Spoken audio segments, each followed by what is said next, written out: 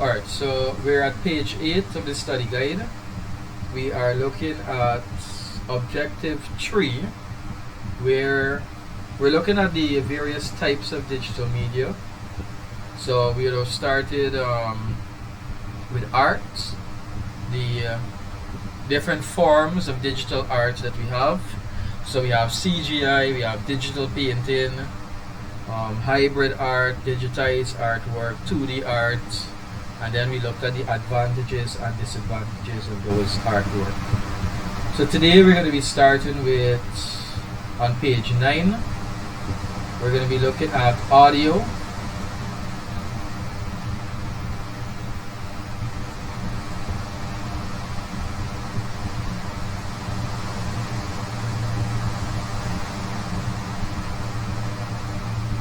So we'll be looking at the different types of audio, just like how we looked at the different types of arts that we have. We'll be looking at the different types of audio. So what is digital audio?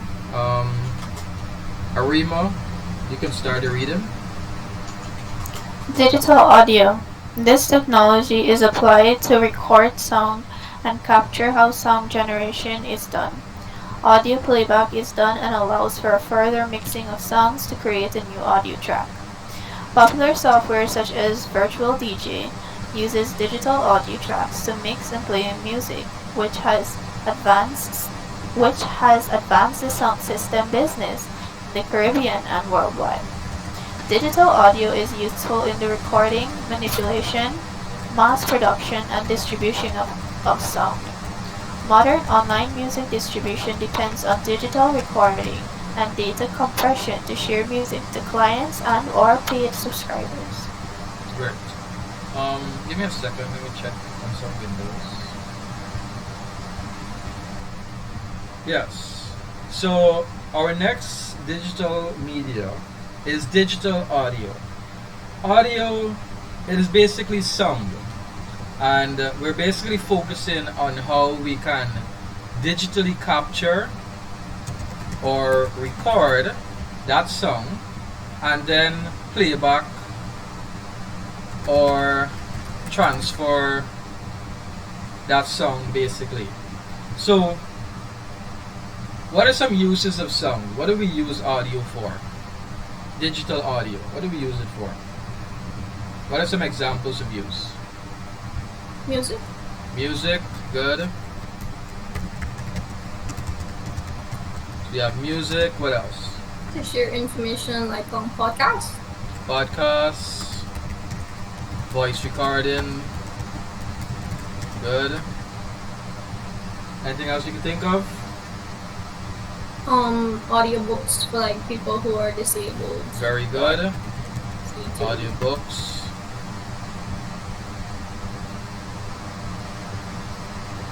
And the paragraph mentioned that it can be used for entertainment. So for example, the same music, but it can be used at concerts or at events to entertain the crowd. DJs would make use of these digital audio tracks instead of using physical audio, for example CD, DVD, and so on. Now we have different forms of audio. We have music as indicated there, so we have digital music. Shante, you can read that for us.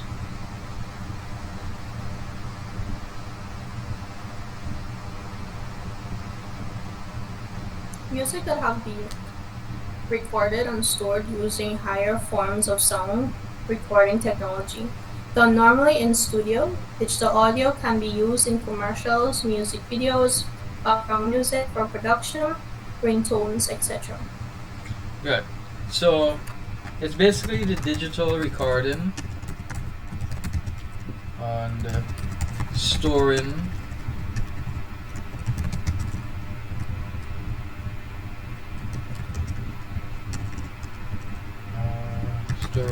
using, I'll fix the paragraph later. Higher forms of sound recording technology. Digital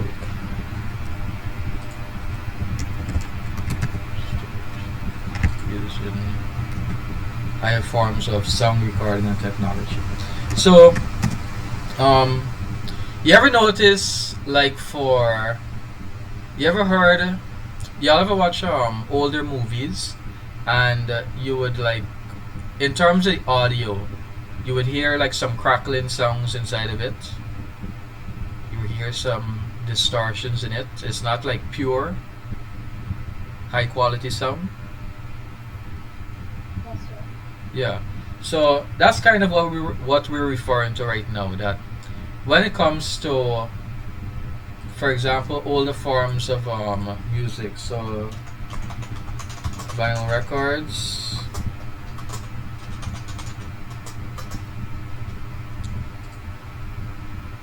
So, for example, these here, especially these here, when they're used for playback of audio, playback of sound, you would get some sort of noise, some sort of distortion in them. Some might be major, some might be minor, but you would get some sort of distortion in it. Any of you ever played a cassette, a tape? Yeah. You ever notice any distortion in the quality? Yeah. Reduction in equality? Yeah. So these analog forms of audio, they tend to have, sometimes, not in all cases, sometimes they will have a lower form of audio. So our digital music now, our digital audio files, they allow us to have higher quality audio. Um, we'll so we also have digital ringtones. We know what is a ringtone.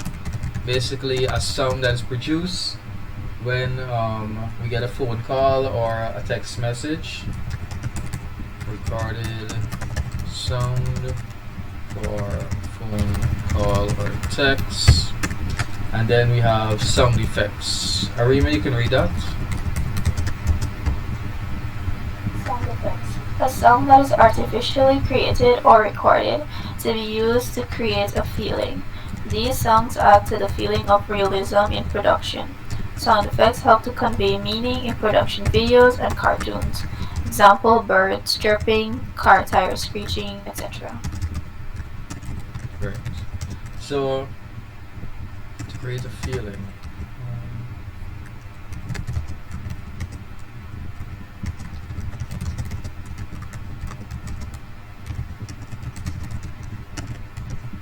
Production. Good.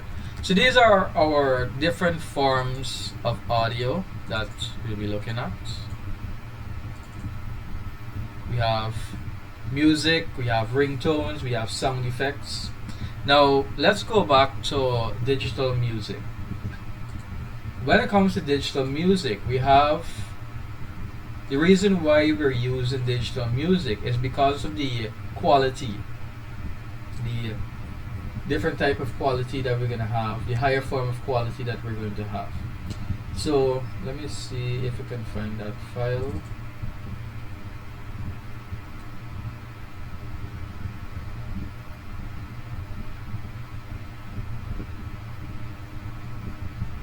Or if I can find a better video on it.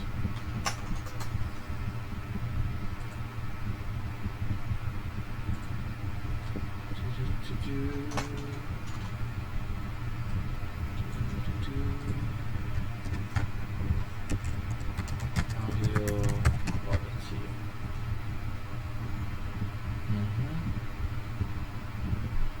Let me see if this one's gonna work.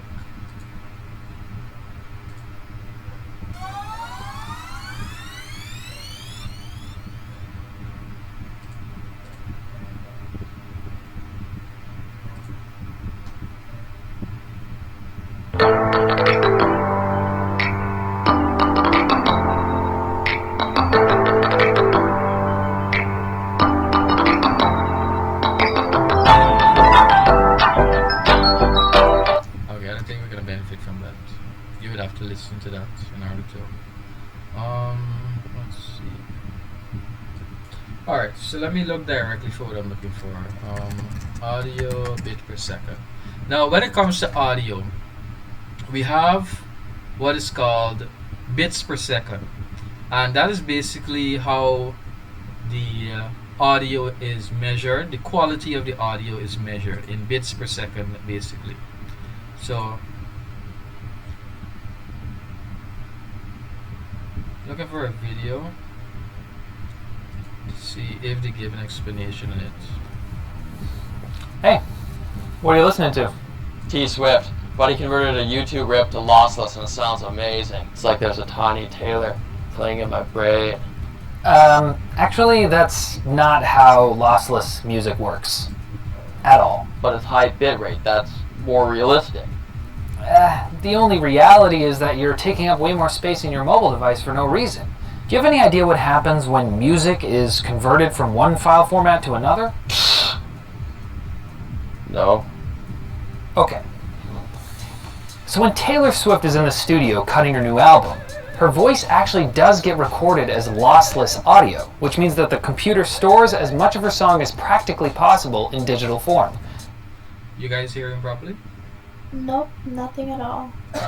You're not hearing anything? No, I can't. I'm not hearing nothing. Shante, you hear? Nothing. I thought you've been waiting until you find one. Hi.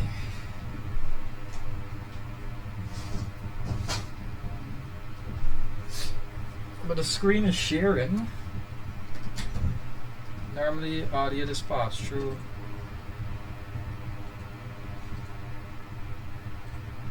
That was strange. Very strange.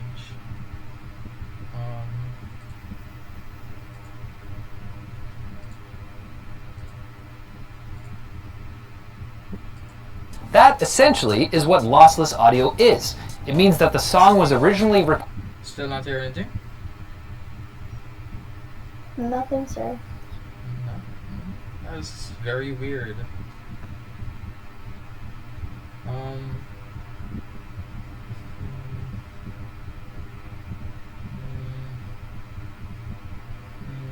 What's causing it?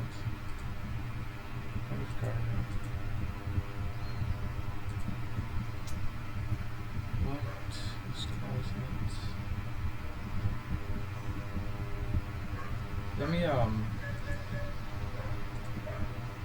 disconnect from the call and join back and see what happens.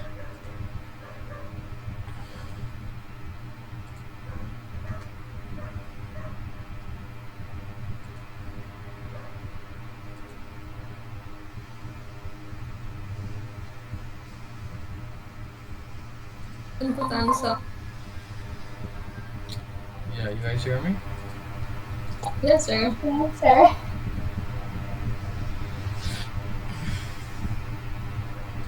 recorded at a high bit rate and hasn't been compressed since.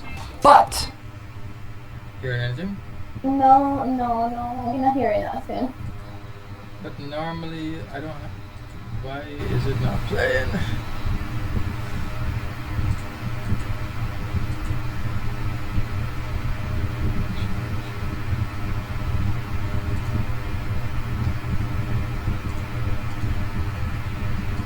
Alright, I'm going to send you the link.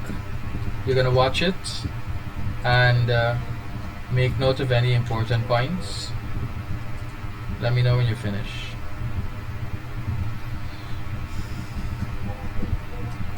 The link is in the chat.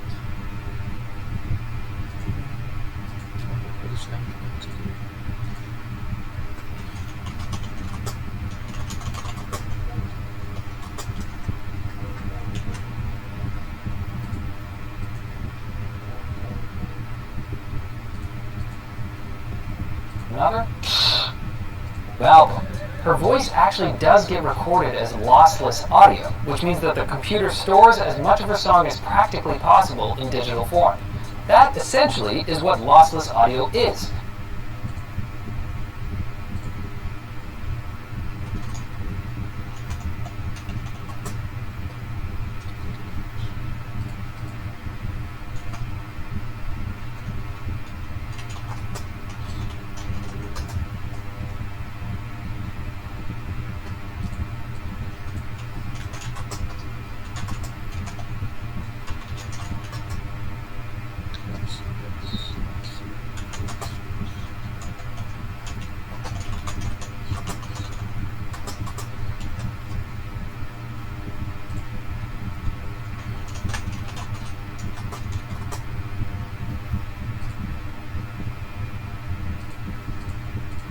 It means that the song was originally recorded at a high bitrate and hasn't been compressed since. But whenever a record label puts their music on YouTube or on a service like Spotify, it gets compressed. And not just a little bit. Lots of streaming services compress music down to about 1/10 of what it originally was to save space. And they do this by discarding a lot of the data in the original file. So you can't truly convert back up to lossless. It's a bit like trying to take a well-done steak and get all the medium rare juices back into it. And besides, like good steak, most people can't tell the difference anyway. Whoa, I'm a golden-eared audiophile. I even got a certificate from the appropriate subreddit. Look. Did you take a test for that? Yeah, I did. I had to listen to a bunch of sample tracks and then blindly say which ones were the high bitrate ones. It took me like at least 5 minutes, and I got them all right. Please don't tell me you used those headphones. Yeah, so? Dude, you got lucky. Beyond a pretty low threshold, maybe around 128 kilobits a second, it's pretty hard to hear quality differences using low-end equipment. Low end, this cost me like $22. Alright, look. The reason cheap speakers and headphones don't let you fully enjoy high bitrate audio is because at higher bit rates, you might be able to hear more subtle parts of the track that would get discarded if it were compressed any further. Lower end hardware just simply can't replicate sounds like that correctly. So I have to like buy expensive headphones and then subscribe to Tidal or Spotify Premium? Well, it depends. As bit rates get higher and higher, many people can't hear the differences between them. If you have a good pair of headphones or speakers, you might be able to hear the difference between a regular and a premium stream on Spotify, but it's less likely that you'll be able to hear the difference between a 320 kilobit Spotify premium song and a lossless track on Tidal. And even if you can hear the difference, think about your typical day. Are you really the guy with the dedicated listening chair? Or are you walking down the street enjoying some tunes without really focusing on every nuance of every note of the song? So what you're saying is lossless music is like pretty pointless. No. What I'm saying is, before plunking down tons of money on expensive equipment and subscriptions, maybe try out some solid mid-range gear with free high bitrate or lossless music you can find online. If it's easy for you to tell the difference between that and a standard stream, it might be worth exploring some higher-end options. But there's also no shame in just rocking out to low-quality MP3s of your favorite Weird Al parodies, if that's what makes you happy. Thanks, man. I don't want to contribute to Jay-Z's Bugatti fund anyway. Right on. Speaking of contributing to Bugatti funds, this video is brought to you by Fresh. Yeah, let me know when you guys finish.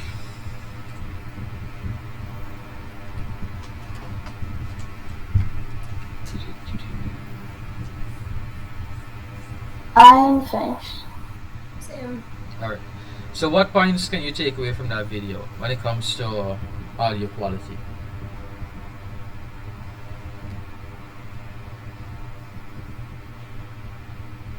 Is it that the audio originally was lossless, so when it's recorded, it takes in all the song it can, but when it's uploaded to like music platforms, it gets compressed Good. and the quality changes? Good. That is correct. So let's talk about that now.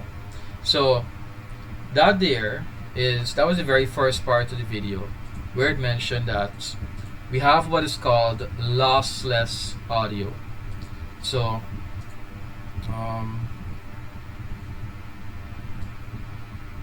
let me put this here. I'm going to take off bold.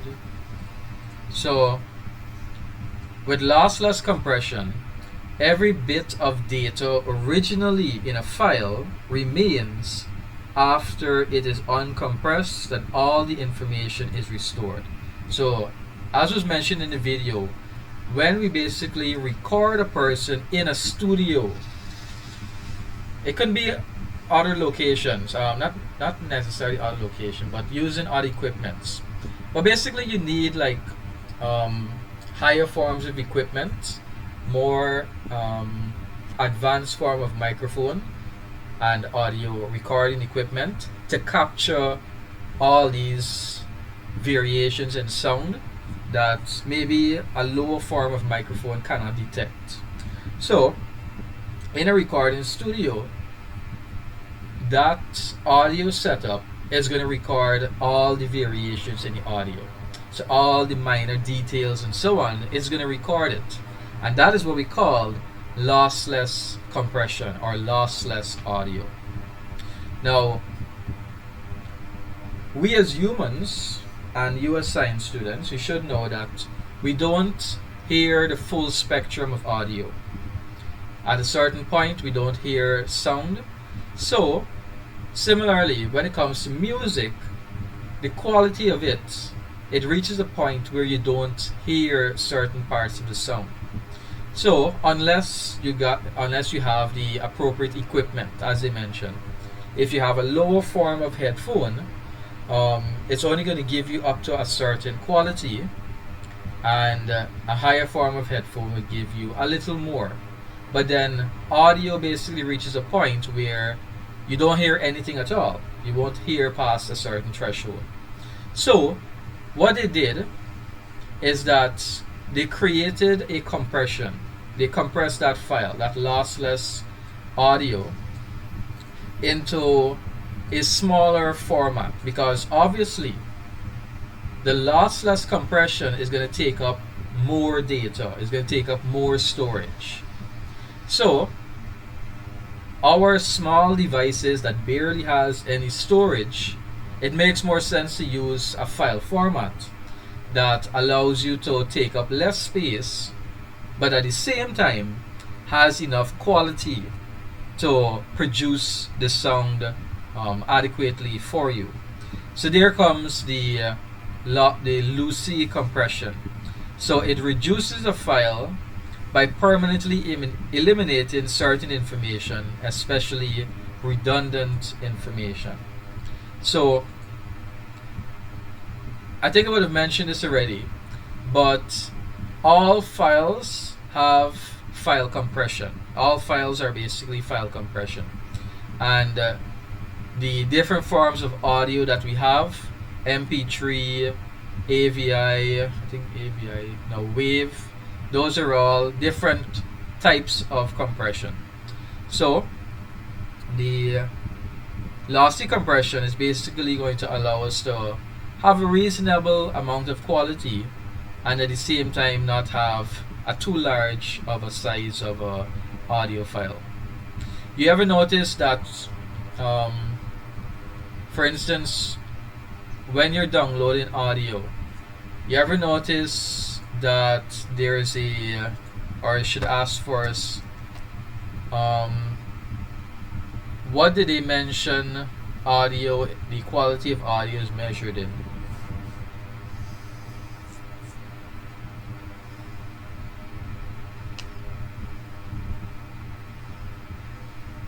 Bits per second? Right, so it's measured in bits per second.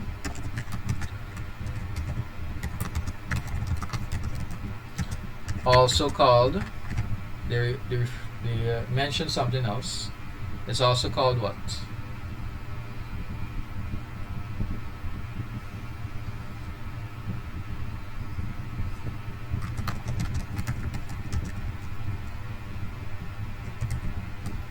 Also called bit rates.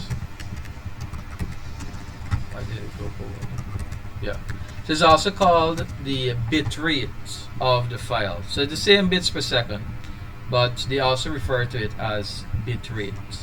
So it basically indicates to us the quality of the audio. So basically, the higher the number, the better the quality of the audio. You ever notice when you go in and download a music file, you might see 128 kbps, 256 kbps. Ever notice those numbers? Yes, sir. Well, those are the audio quality of that music file that you're going to be downloading there. Um, when you guys are downloading audio, which do you choose? So most times 320. 20. Alright, so I most times use 256 because of the same principle that the higher the quality, the larger the size of the file. But even though it's giving you more quality, remember we can only hear so much.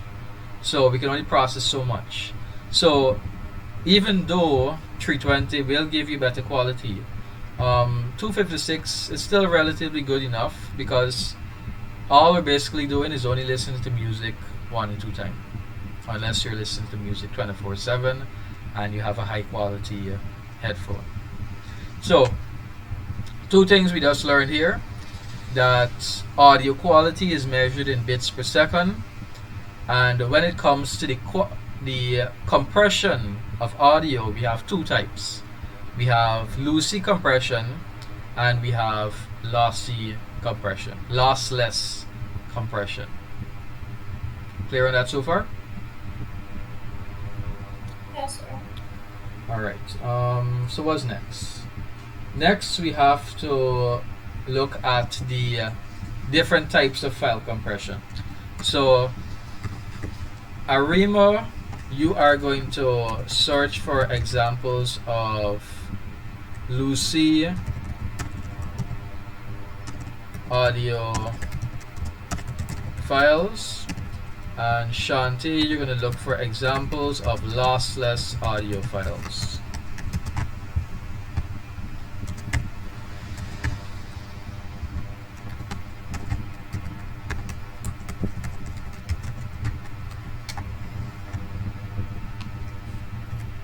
So what are the file formats? For lossless is ALAC, FLAC, FLAC, and WME. For which one? Lossless. Mine. ALAC, so ALAC, FLAC and WME. so FLAC and WME. So for me, it's MP3, AAC, and Vorbis, OGGV, ORBIS, that word.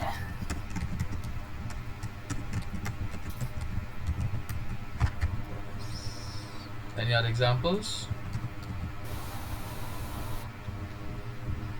Remember, for exam purposes, you need to know different file formats, because they can ask you questions like which of the following is not an example of a lossy compression, which of the following not an example of a picture format. Yeah, so WAV for lossless. WAV, good.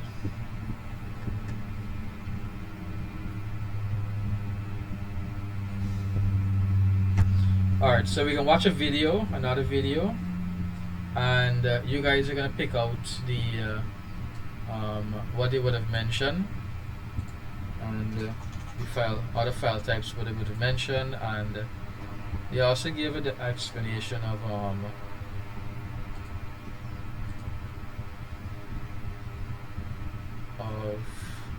lossless and lossy compression. Where's the video? Yeah, this video here. So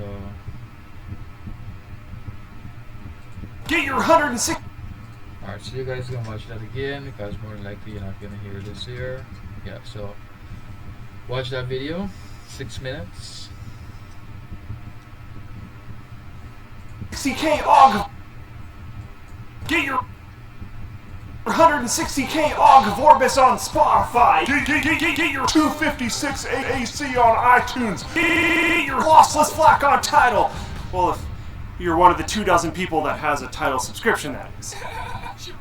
If you're into music, it might seem like there are just way too many audio formats to choose from. Can't we all just use MP3? No!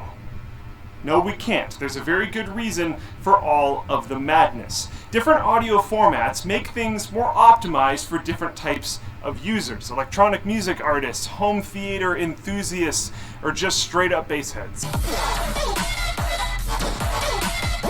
Let's start by looking at common formats used by average listeners: MP3, AAC, and Vorbis. These all store audio using lossy compression, which means these formats are often defined by the fact that they discard some information from the original audio source. Well, hold on now. Is that like an MP3 of Don't Fear the Reaper doesn't include the cowbell? I gotta have more cowbell. Not exactly. You see, most people simply can't hear much of the information in the uncompressed audio files you'd find on a retail CD. We're talking sounds that are so low in volume, so high in pitch, or so close in time to other sounds that the vast majority of people can hardly perceive them. So lossy formats just cut them out. Oh, and they also save space by using a different bit rate. You see, when a song gets digitally recorded in a studio, the recording equipment takes samples of the analog sound waves coming out of a guitar or a singer's mouth and stores them as digital bits, just standard ones and zeros. On an uncompressed CD, the audio you hear is typically stored at a bit rate of 1,411 kilobits per second. But lossy compression discards a lot of these bits to make the file often many times smaller.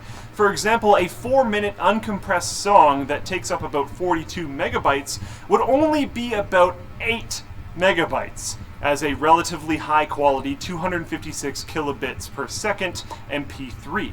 And although MP3 is probably the most familiar lossy format, others are widely used for different reasons, such as AAC, which pitches higher quality at lower bit rates due to a fancy compression algorithm, and Vorbis, which is completely open source and patent-free, unlike MP3.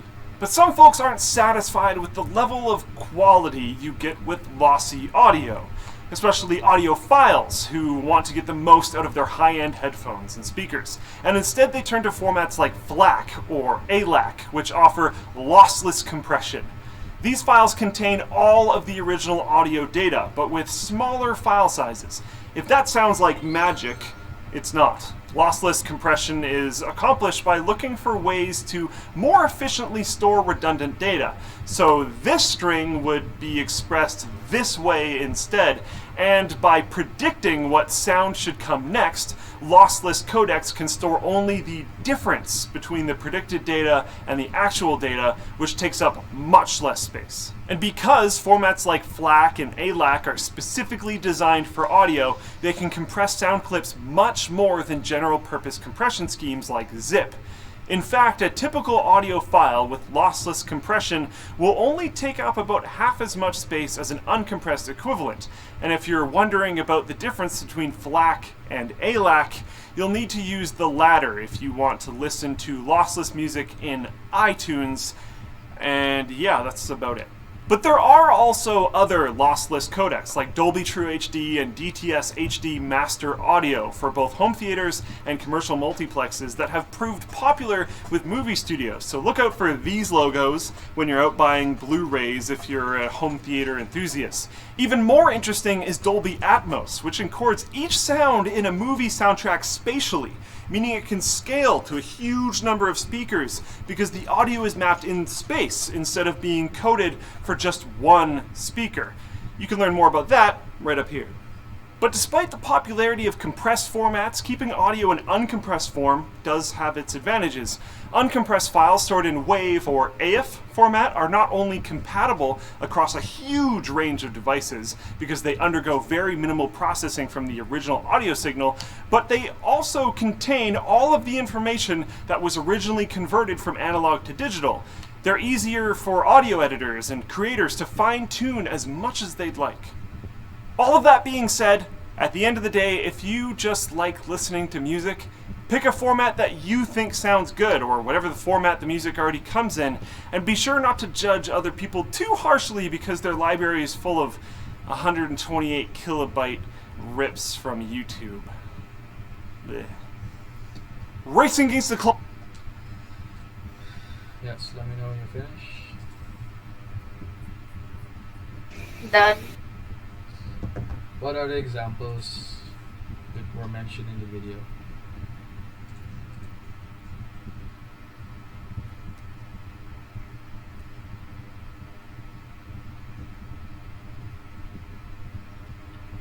Isn't it pretty much the same thing? MP3, AAC, and Ob3 for lossy compression. Mm-hmm.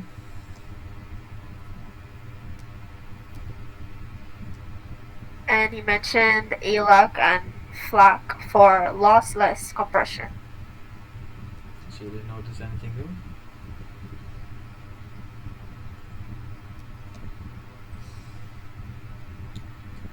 Alright, so he would have also mentioned Dolby True HD, DTS HD Master, Dolby Atmos. Those are examples of lossless compression. He also mentioned AIFF, DI, and that goes with WAV for audio editors. DIMF, AIFF, yes. repeat. AIFF. So no D. No, you get D from. I heard D.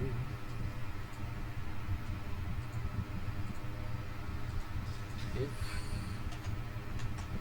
Alright, so.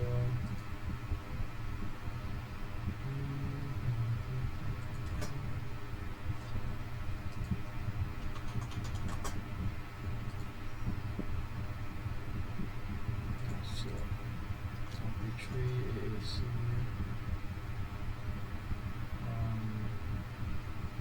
Hmm.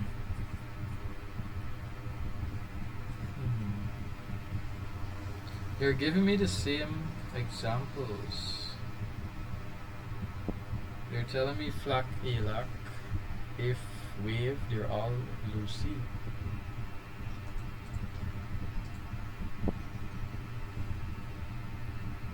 Is it a different version?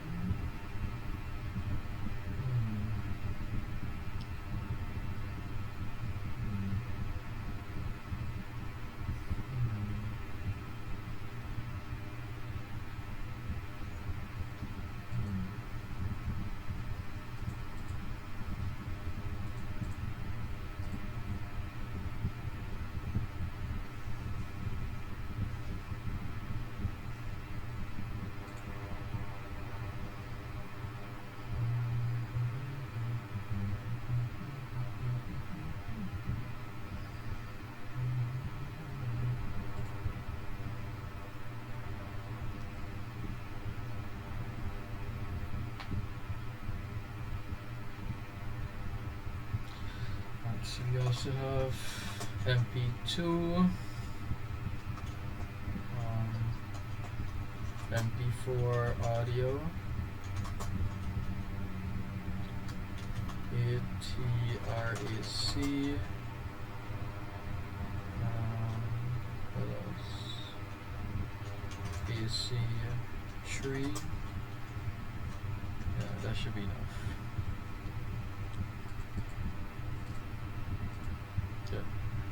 So I think that's it for audio.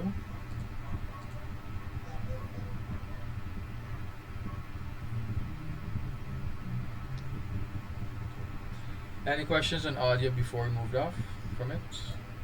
Next, going on to animation.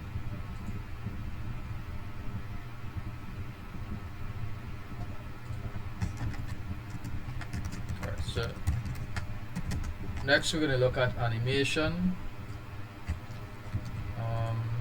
Let's see. Arima, can you read that for us? Yeah. Animation. The process of creating motion and shape, change illusion by means of rapid display of a sequence of static images that minimally differ from each other. So from this definition here, can you give an explanation as to what you think is animation in your own words.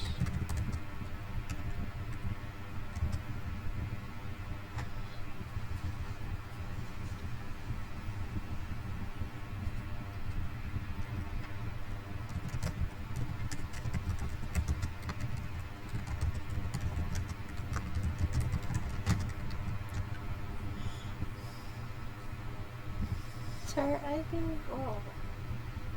I think it's like just like how you have a movie or like people doing anything or anything moving.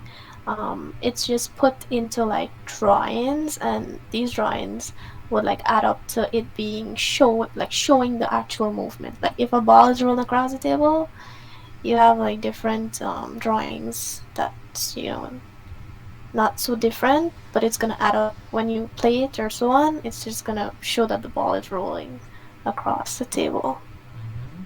Good. Good explanation. So, animation is basically giving you the illusion that something is moving, to give you the appearance as to something is moving. That's basically what animation is. It uses static images, and those static images are going to differ slightly between each. And when you basically move rapidly in a sequence of those images, it gives you the illusion of movement.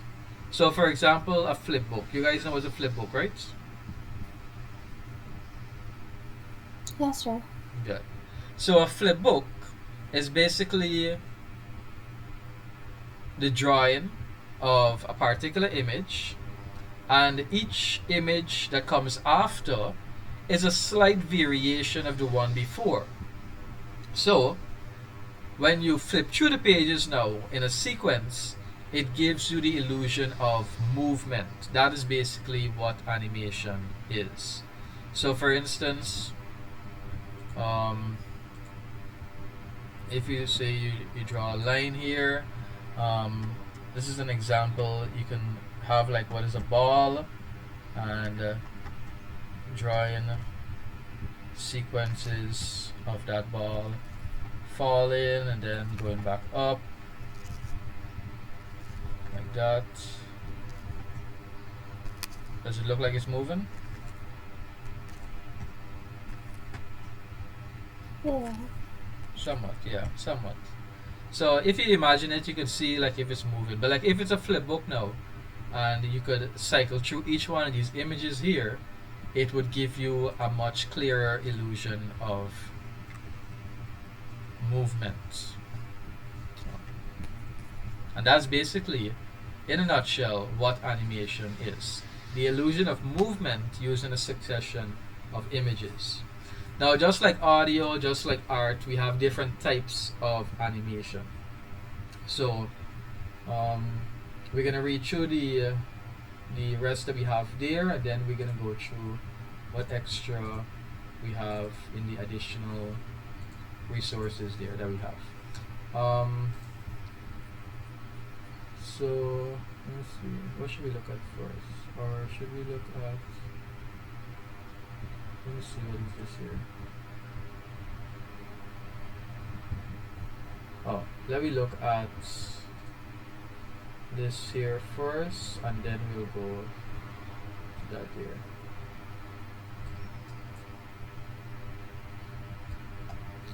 So I already gave you this file.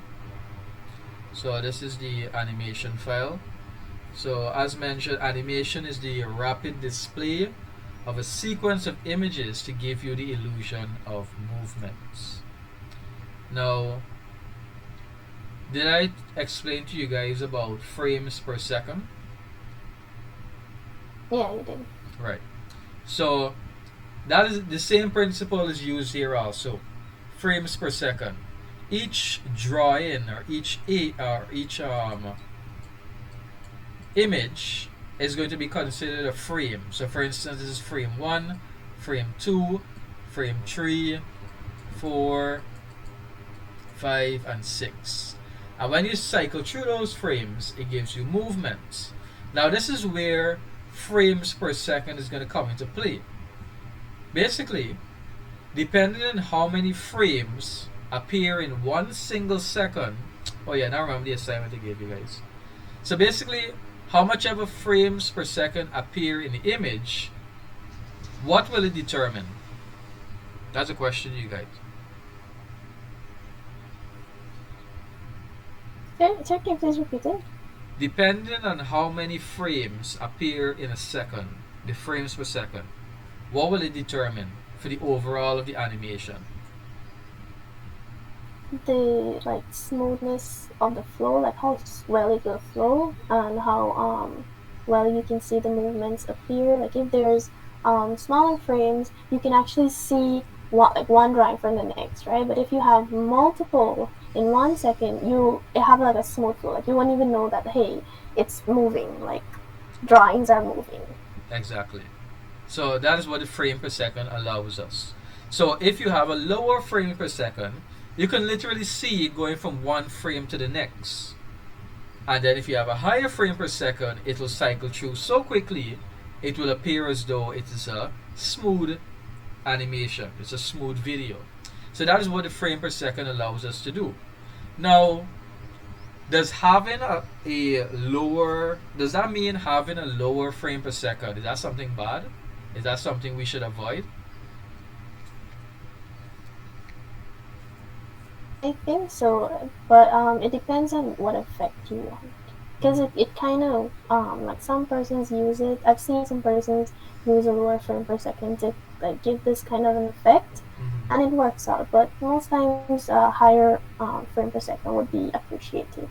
Okay. Shanti?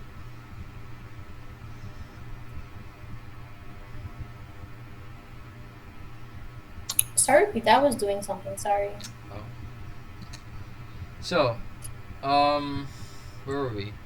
We're looking at if a lower frame per second, if that's something we should avoid. Or should we only aim for a high frame per second, or can we use lower frame per second also? What's your opinion? Wouldn't it matter? Wouldn't it be depending on what exactly you're trying to do with it or show with it? True. How about like them horror movies? Like one time the ghost is be to the back, and just like this be like right behind you. Yes. Wouldn't you just need two different, one from behind there, one from there? You don't need exactly little movements, just one change. Good example. So that is true. It all depends on the situation, because you have some animations, some videos that you want to appear smooth, but then you also have some forms of animation that you want to literally see the different frames, and that adds to the effect of it. So, typical examples how animation is generated. We have keyframing, data-driven, procedural, and so on. Later on, we're going to look at the different animation principles. So here, did I miss anything?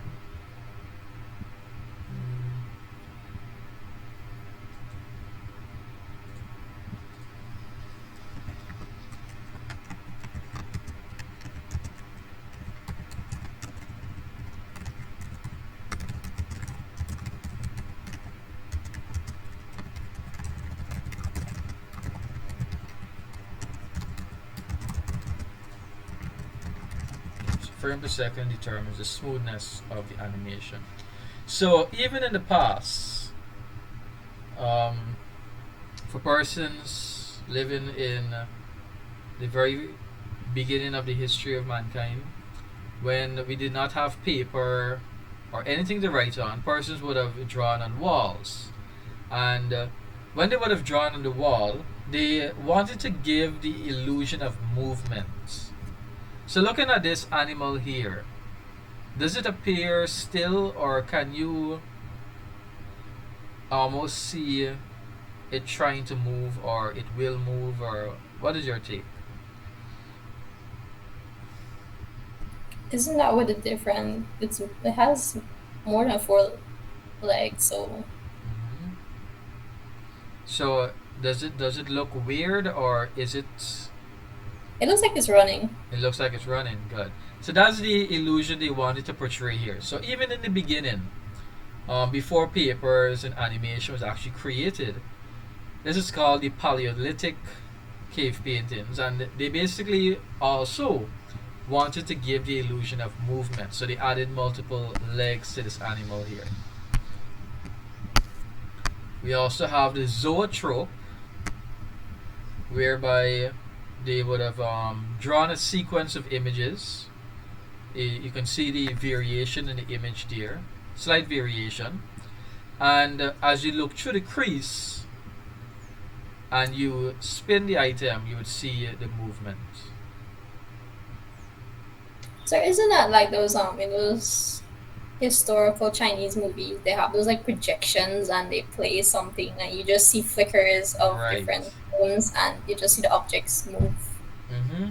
So that's another example there. I think this PDF has that also. That's another form of animation. So this one here is called the zoetrope. This one here is called the phenakistoscope. So notice the variation in the image there once again, and they would use something to obscure the rest of images and allow you to only see that one image. So as they cycle through, you would get the illusion of movement. So this was since 1841. The zoetrope was from the 180 CE.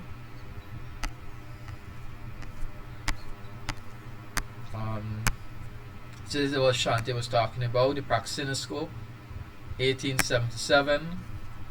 So they have a series of images, a series of drawings, and they realize that if I shine light through this image or this drawing that I would have made, this carving that I would have made, I can get an image. But they also realize that if they cycle through those images, they would get animation, they would get movement. That is 1877, and then here came the flip book in 1868. So we know what a flip book is. Then we have cinematograph, same principle, sequence of images and projecting a light to give you the image.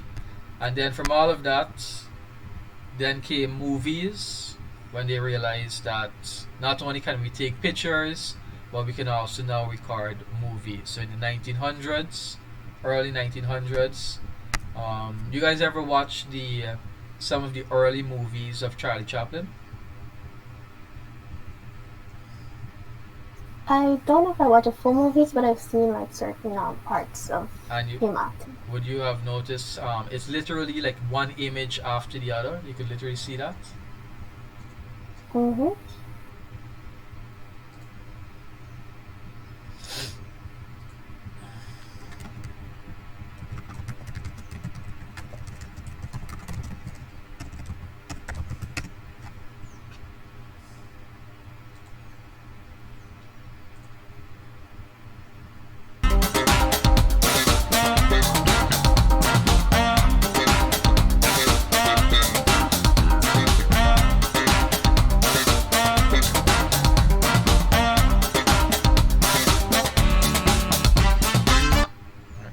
So was the you noticed in the how smooth the movie was? Why does he walk like that? I think it's his style. As the character. That's what the character would you never watched the movie of Charlie Chaplin? No. Oh, that's sad. That's very sad. He's literally one of the best actors. So then came other persons creating movies, and then came stop motion. So stop motion, it's actually the next one in our study guide here. Um, so it says that an animation technique used to make a physically manipulated object or person to appear as though they're moving on their own. And what we have here is to physically manipulate real world objects and photograph them one frame at a time to create the illusion of movement. So you take a real world object and you manipulate it basically to give it the illusion of movement. How do I move this image? Select.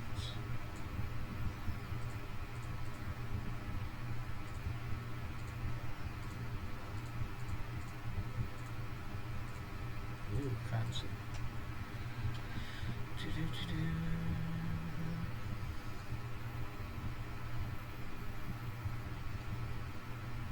No, I don't want it. Let me go back here. Because I want to take this out.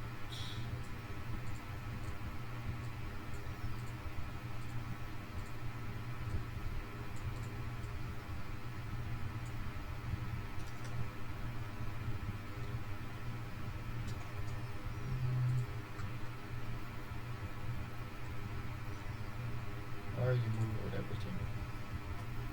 Just select. Yes.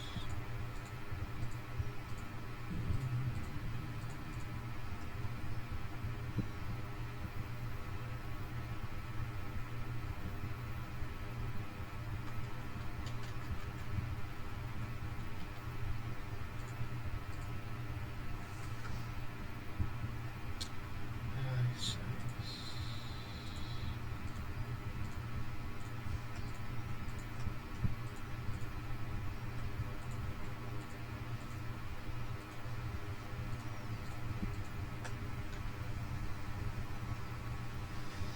Yes, we'll work with that.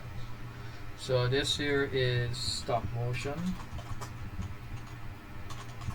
animation, whereby we're taking real world objects and physically manipulating them into creating the illusion of movement. Did you guys ever saw the my stop motion animation that I would have sent in the group?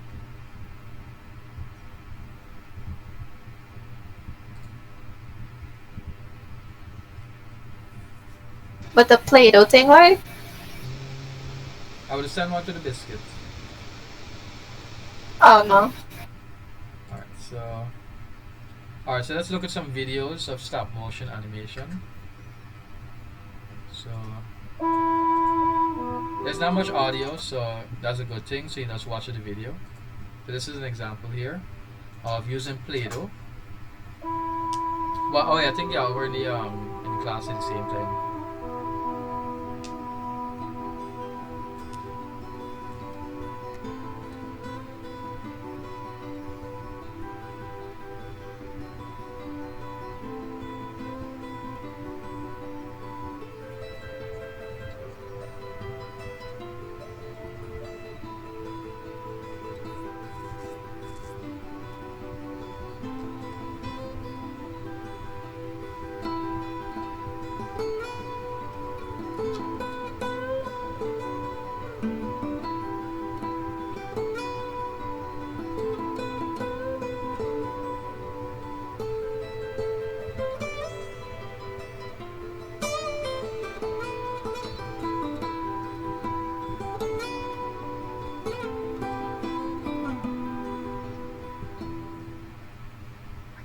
Yeah, so that's the basic idea of stop motion animation. Using real world objects, manipulating them, taking images and photographing that slight variation, and when you cycle through it, it gives you that illusion of movement. But any comments on the video? Anything you notice in particular about the video?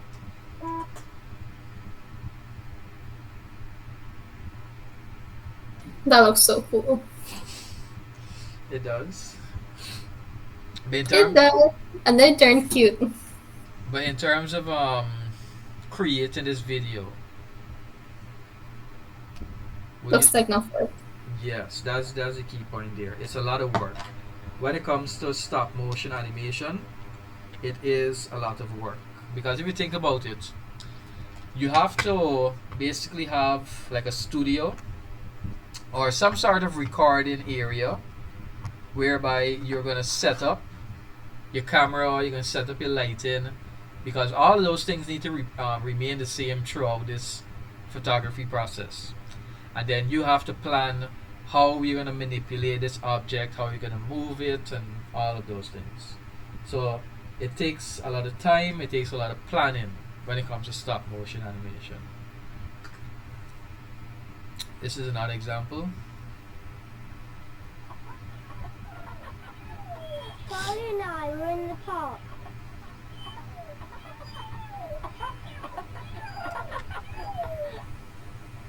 Then this man came up and said, would I like to see some puppies?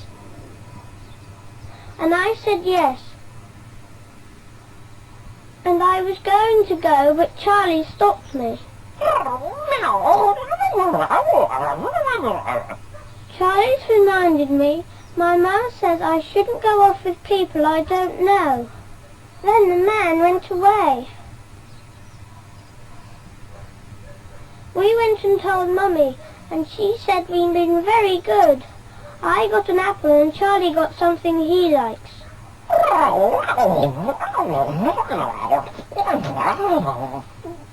He says never go anywhere with men or ladies you don't know. Yes, any comments? I'm pretty sure you heard the audio, right?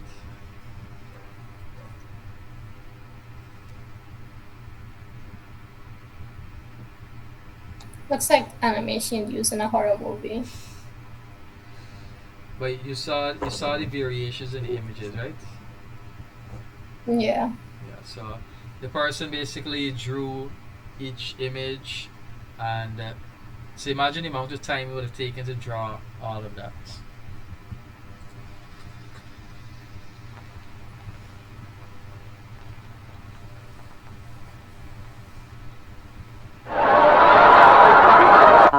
Ups and downs.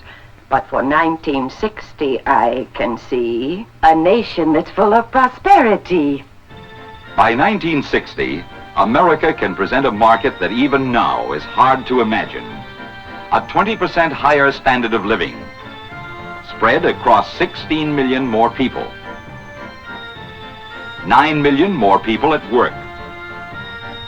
Gross national product at 440 billions a year. So this is another example. This is called stereoscopic. But with this one here, are you noticing it's switching between the images that often? Are you noticing that? Yeah, like the whole frame moving.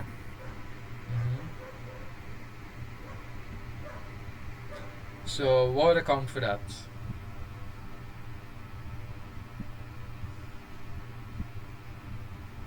Why? I think the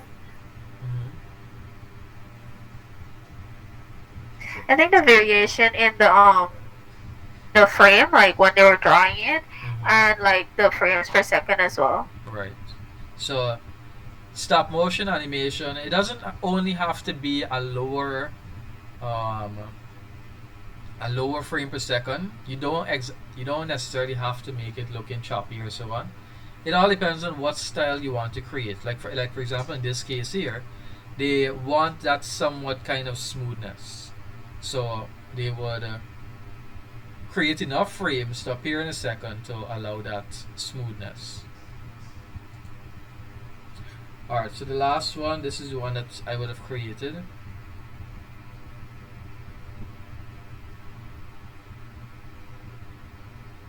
So I'm going to give you guys a homework.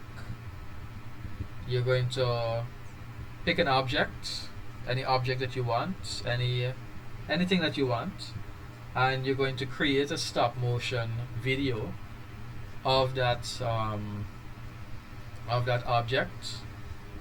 A pencil, a paper, maybe you could do something that you're drawing on something, or maybe a banana getting eaten or something, anything. Just give you a few ideas. So plan first what you want to do, create a plan, and I'm going to send you on a video of something that's called a storyboard. A storyboard allows you to plan the different frames that you want to appear. So you can have a look at that to give you an idea. That's actually one of the next topics that's coming up. So that you can plan where you want to appear in the video.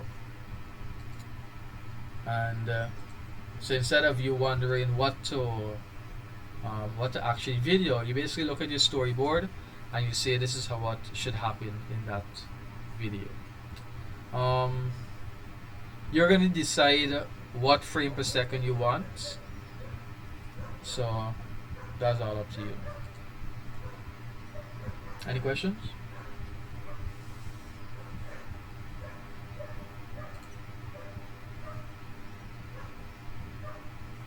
Alright. Is this a group or individual thing? Individual.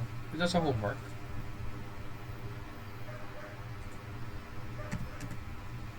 It's to practice how to create a stop motion animation.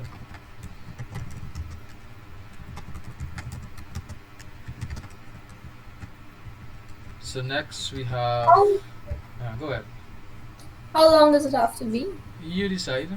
That's all up to you. So like how I created my video is what? 6 seconds long. Doing this here.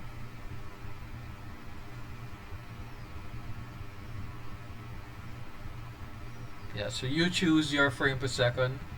You choose your time, how many images you want.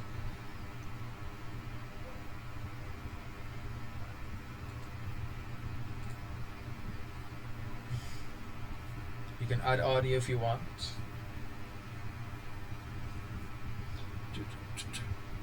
Oh, did I tell you guys about the app called Flip a Clip?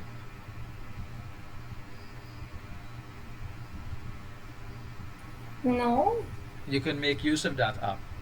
It's an app that is that you can draw into. So if you want to draw also, you can use that application. It's an app that is built for animation. That's built especially stop motion, or that allows you to set how many frames you want to appear in this particular second.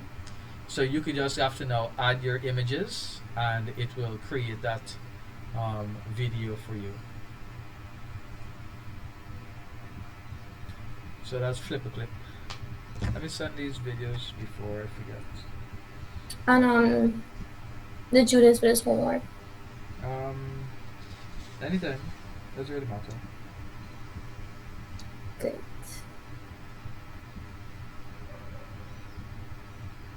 If you want to finish it today, no problem.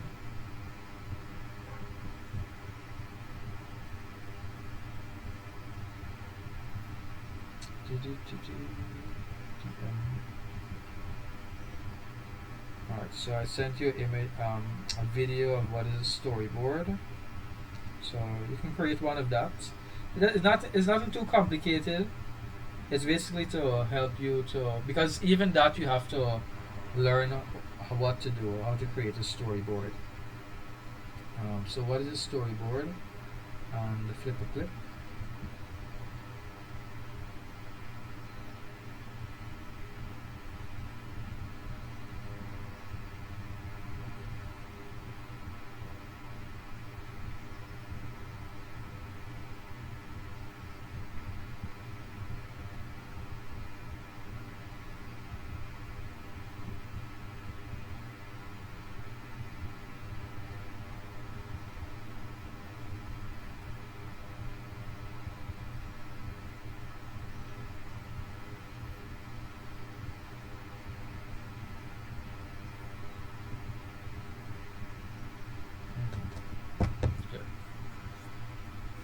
Any other questions before we move on?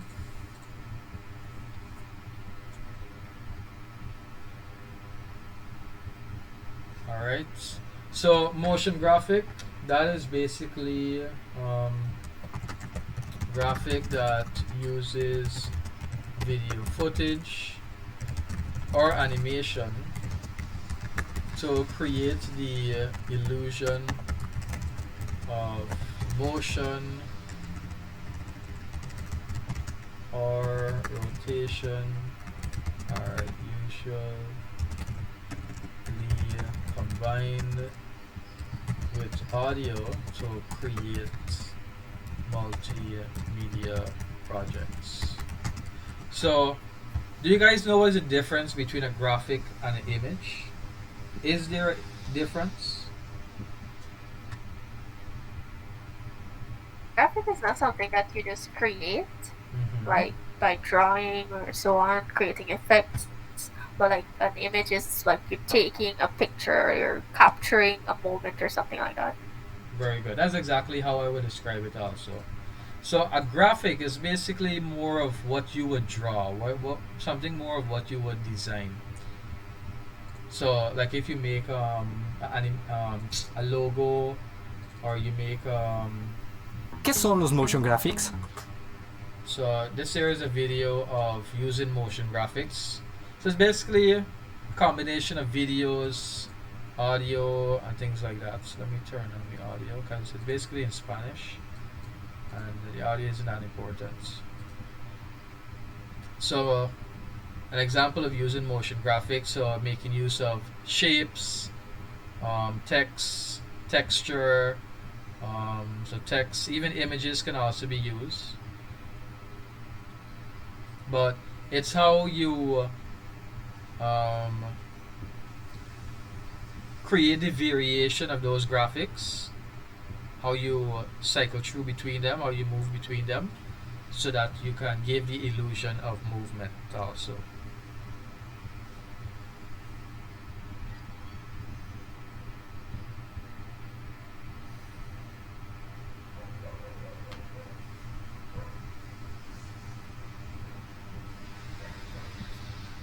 Yes, so that's an example there of motion graphics.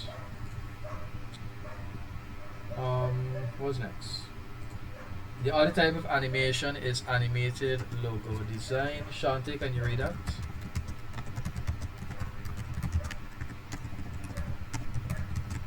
The practice of using various graphical software are used to create motion logo for organization, event, etc. Example, TVJ, logo formation on TV. The logo moves during its display or comes together from several elements that gather on the screen to create the logo. Good. So remember, we're still looking at animation. We're looking at the different forms of animation. So motion graphic is one, stop motion. So now we have animated logo design. So we know what is a logo, right? So it's the icon that represents the company or the business. So instead of making it a still image, which is basically dead, you make it more lively by making it animated. So they would usually make certain parts of the logo move to create a more effect to it. So this here, that there is an example of a animated logo there. So how the so this here is the logo.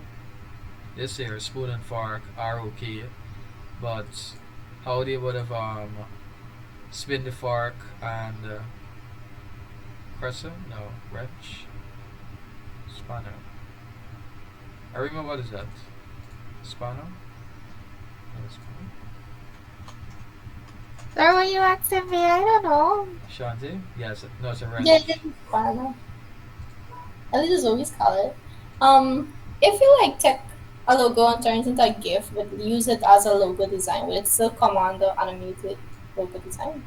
You know, there's a GIF. Yeah, it will be, because you're making the logo move. Yeah, so now only certain parts of the logo. If the entire logo moves also, that would be animation also. Mm-hmm.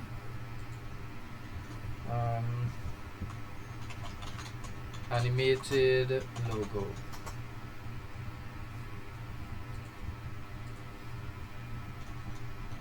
Popular animated logo. So let me look at some examples.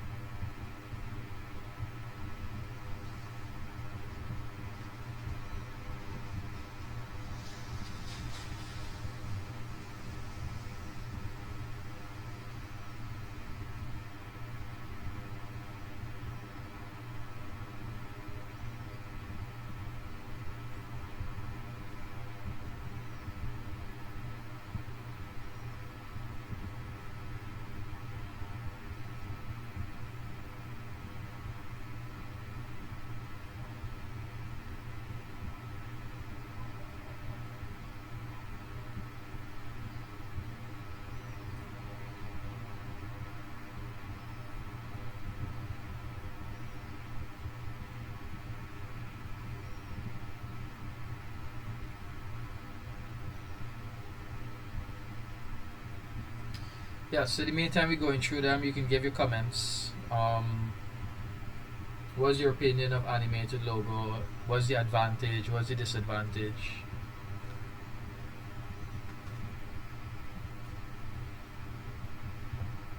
What would be the advantage of using these logos? Catch people's attention. Good. Yeah, that would be the main goal, to catch person's attention. Bring more life to your business. But what would be the disadvantage?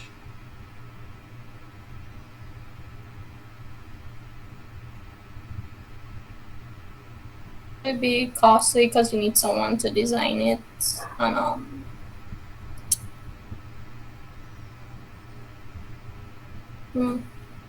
Yeah, that would be a disadvantage there, costs.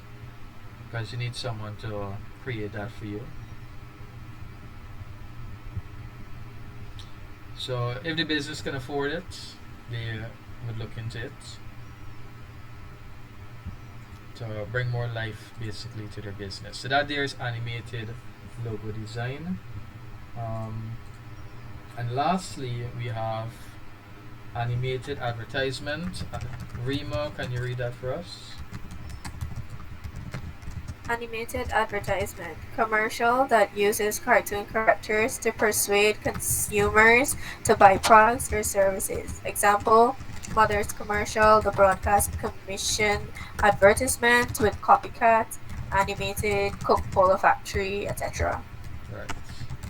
So just like how the logo would be in a more animated format, now advertisements, instead of using like real persons in their ads, or instead of also using motion graphic, they would actually create animation. They would create characters and so on.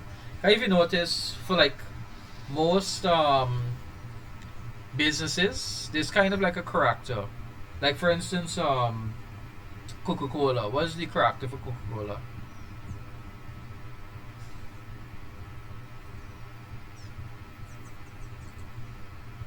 I don't remember Coca-Cola, but I know the Kool-Aid man is like a jar. Right. So yeah, I don't know the character for Coke is a polar bear. No, Frosted Flakes is a beer. Yeah. Isn't it? Both, I think both of them, but could be different type of beer. But I know Coca-Cola is also a beer. Sometimes they would make use of a beer.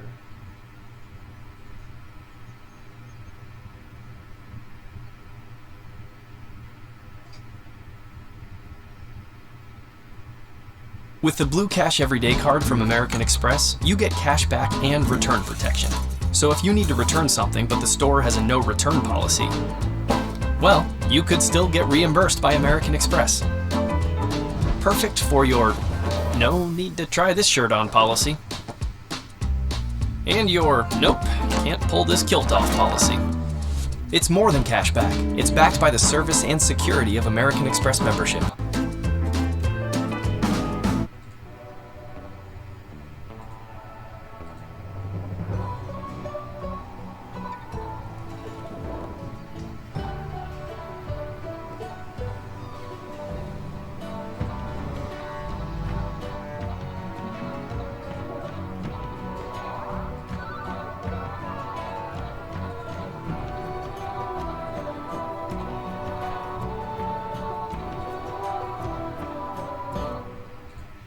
Good, that's just some examples there. So let's look at Coca-Cola.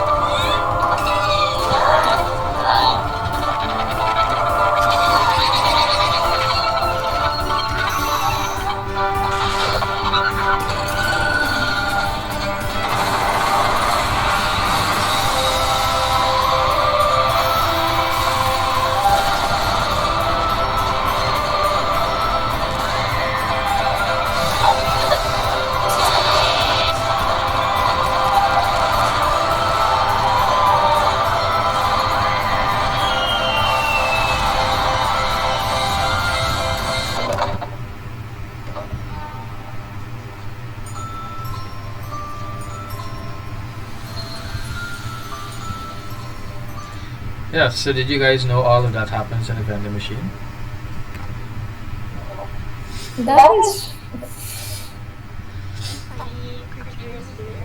One of them licked it. Right? Oh my gosh. It's what?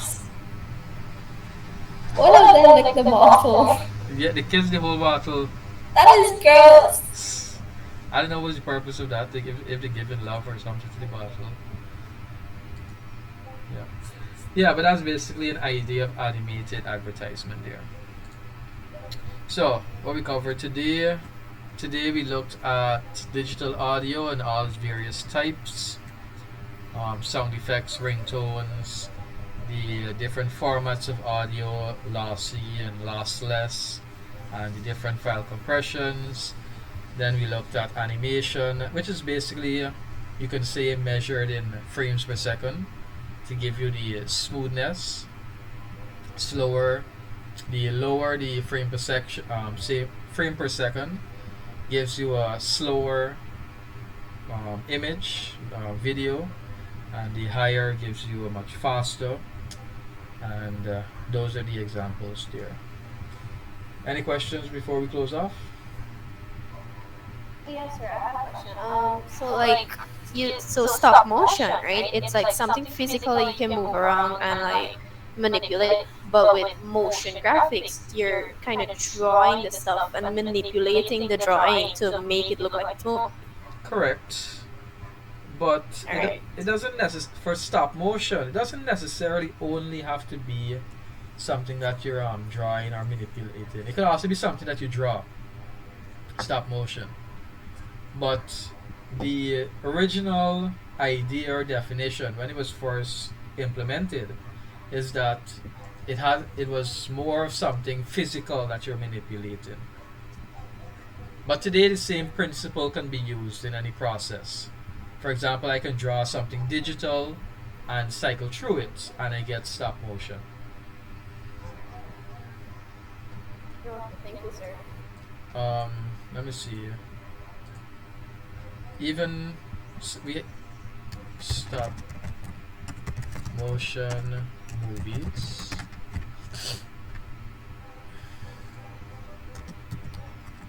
Behind the scenes.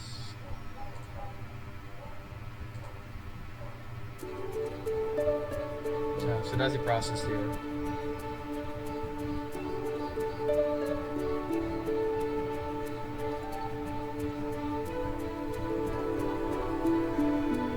Stop-motion animated movies have been around a long time, but there's a Hollywood studio solely dedicated to bringing the animation style into the 21st century. Leica Studios is responsible for movies like Coraline, Paranorman, Kubo and the Two Strings, and most recently, Missing Link. Creating each movie is more painstaking than the last for the Oscar-nominated studio. Yeah, so that's the basic idea there, that stop motion is moving something physical in the real world. And but as I said, the same principle can be applied to other things. Yes. Any other questions? No. Alright, so if no questions, we shall close off here for today. Enjoy the rest of your day. Thank you, sir. You too.